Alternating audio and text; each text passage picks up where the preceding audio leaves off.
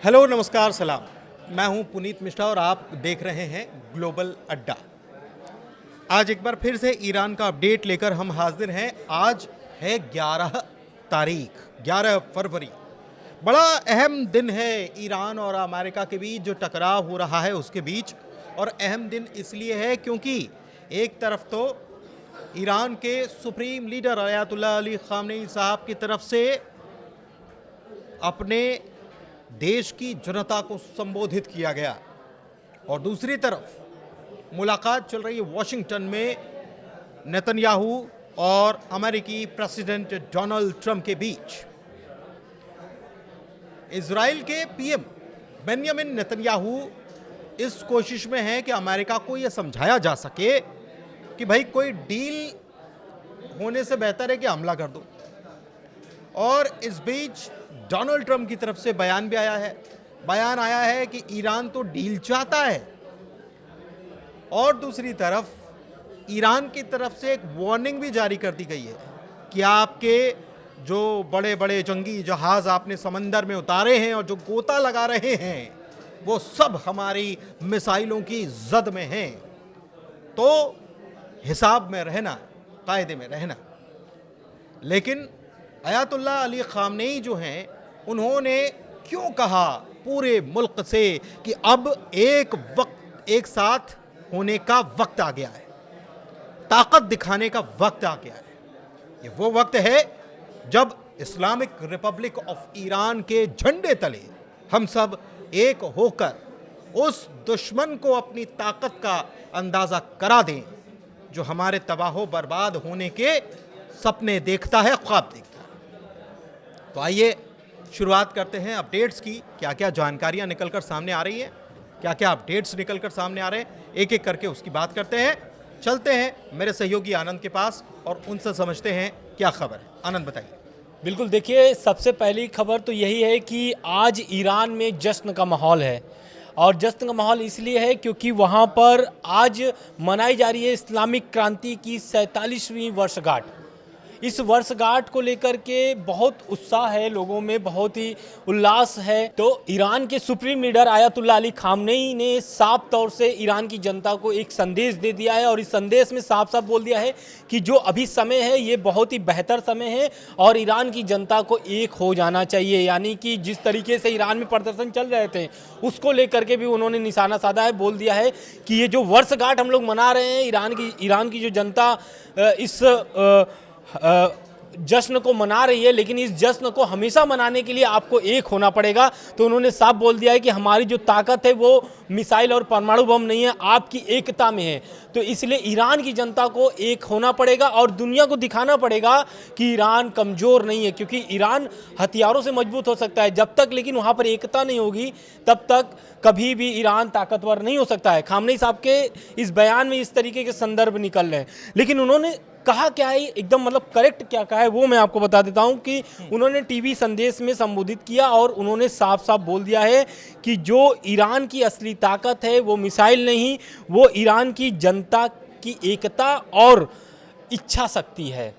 इच्छा शक्ति ये है कि वो साफ तौर से बोल दिए हैं कि ईरान के सामने, अमेरिका के सामने ना तो ईरान कभी झुका था और ना ही झुकेगा, और यही इच्छा शक्ति ईरान की हर एक जनता में होनी चाहिए। ठीक है। साथ ही उन्होंने ईरान एक तरीके से प्रोटेस्ट को लेकर निशाना जो साधा था, उन्होंने उसमें भी कहा है कि ईरानियों से अपील है कि रैलियों में वो बड़े पैमाने पर शामिल हों।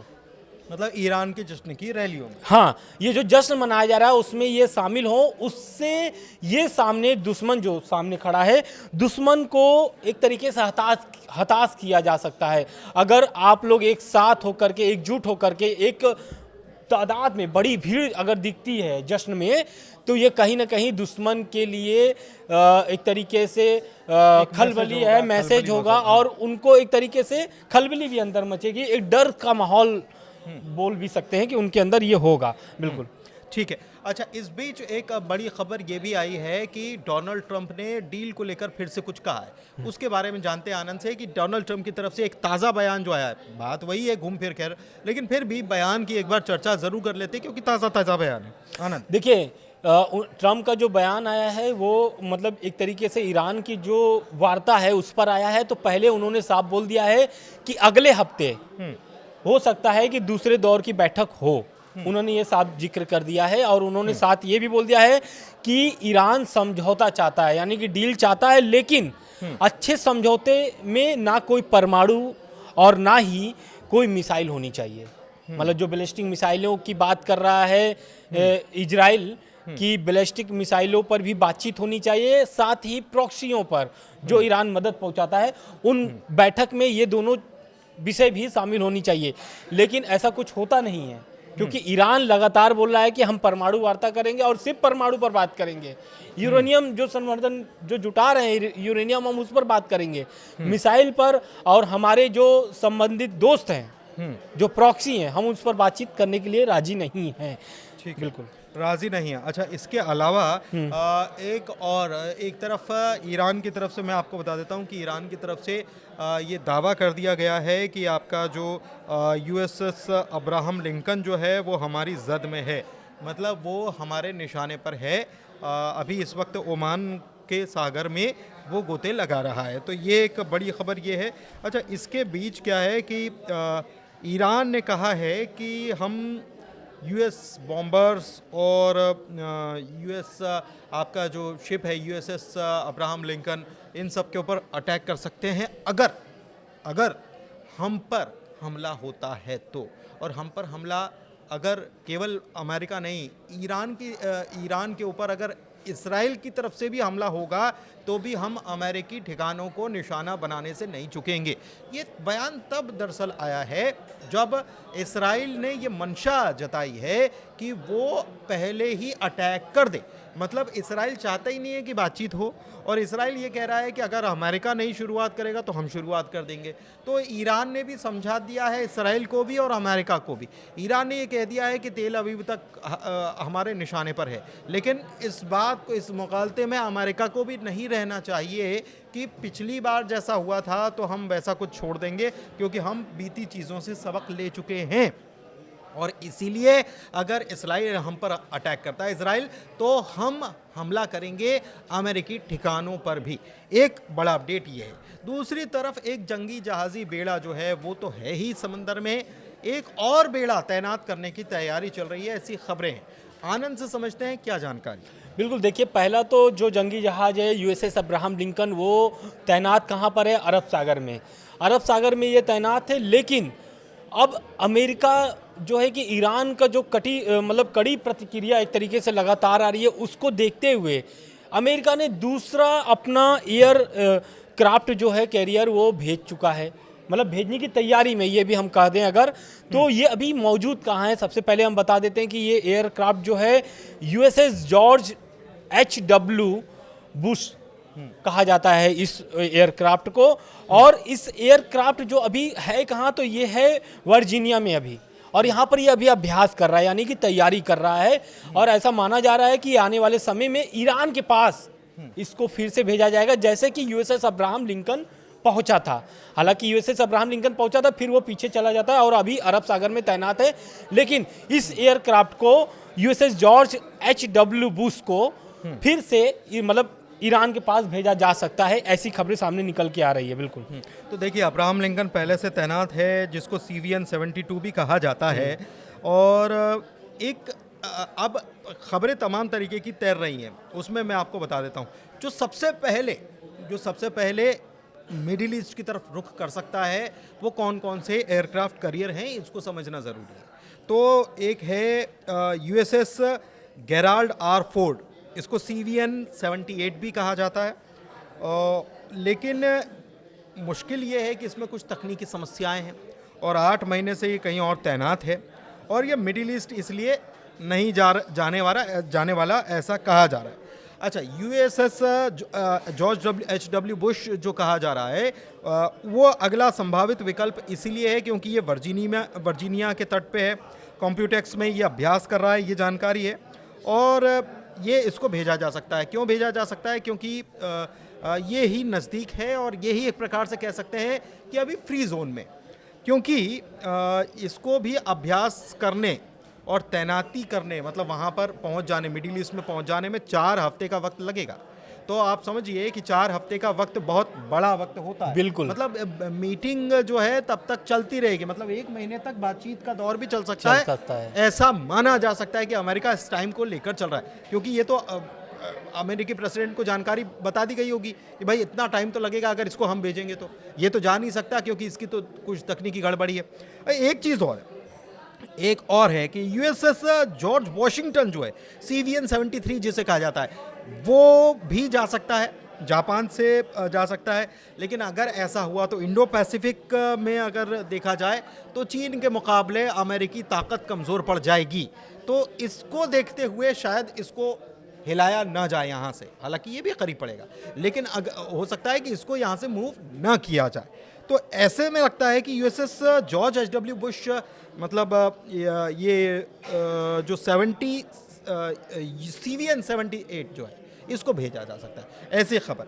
अच्छा, इस बीच एक चीज़ और है कि अमेरिकी, जैसा मैंने आपको बताया कि अमेरिकी दौरे पर हैं बेंजामिन नेतन्याहू, और ख़ास बात यह है कि अमेरिका के दौरे पर क्यों कर रहे हैं, कहाँ गए हैं और क्या कर रहे हैं, ये तो सबको पता है, लेकिन कितने दौरे हो चुके हैं आनंद? देखिए, अमेरिका में आपको भी पता है कि ट्रम्प का शासन है और लगभग 1 साल के ऊपर हो गए हैं। इन 1 सालों में 7वां दौरा है बेंजामिन नेतन्याहू का। और ये दौरा खास करके इसलिए भी है क्योंकि ये गाजा पे बात करने नहीं गए हैं, ये बात करने गए हैं ट्रम्प से ईरान पर।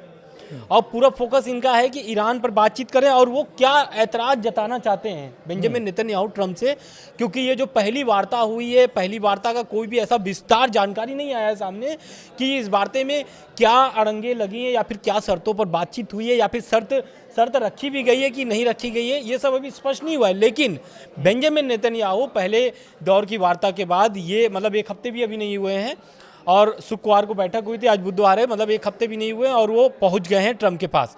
ट्रम्प के पास वो पहुंच करके क्या क्या बातें रखना चाहते हैं ये सामने निकल के आ गया है। और उन्होंने साफ बोल दिया है कि ये जो 7वां मेरा दौरा है, ये खुद उन्होंने बताया है जब निकल रहे थे इजराइल से अमेरिका के लिए। तो अभी बेंजामिन नेतन्याहू जो है वाशिंगटन पहुंच चुके हैं और उनकी बैठक भी चल रही है, ऐसी खबरें सामने निकल के आ रही है।